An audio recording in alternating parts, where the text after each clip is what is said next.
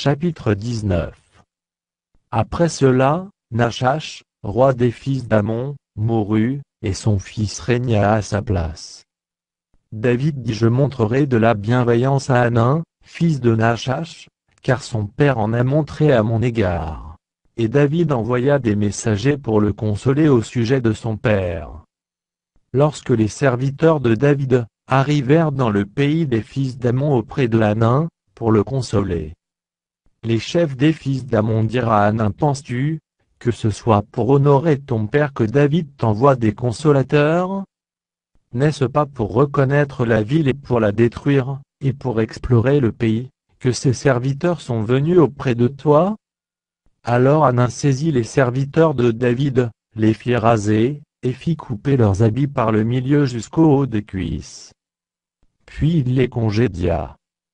David, que l'on vint informer de ce qui était arrivé à ces hommes, envoya des gens à leur rencontre, car ils étaient dans une grande confusion, et le roi leur fit dire: Restez à Jéricho jusqu'à ce que votre barbe ait repoussé, et revenez ensuite.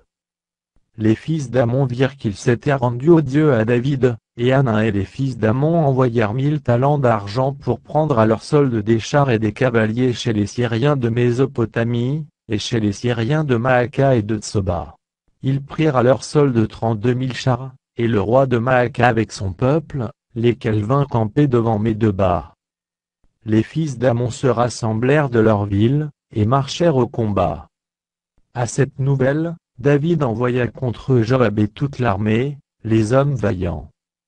Les fils d'Ammon sortirent, et se rangèrent en bataille à l'entrée de la ville. Les rois qui étaient venus prirent position séparément dans la campagne. Joab vit qu'il avait à combattre par devant et par derrière. Il choisit alors sur toute l'élite d'Israël un corps, qu'il opposa aux Syriens.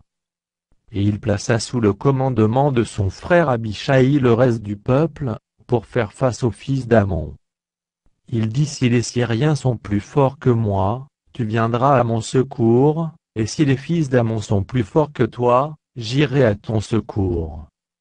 Sois ferme, et montrons du courage pour notre peuple et pour les villes de notre Dieu, et que l'Éternel fasse ce qui lui semblera bon.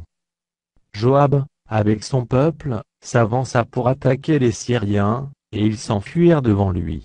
Et quand les fils d'Ammon virent que les Syriens avaient pris la fuite, ils s'enfuirent aussi devant Abishai, frère de Joab, et rentrèrent dans la ville. Et Joab revint à Jérusalem.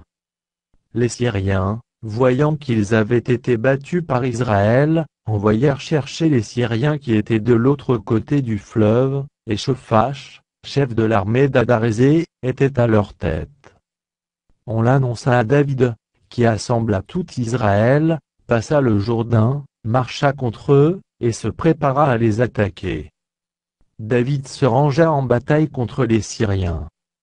Mais les Syriens, après s'être battus avec lui, s'enfuirent devant Israël.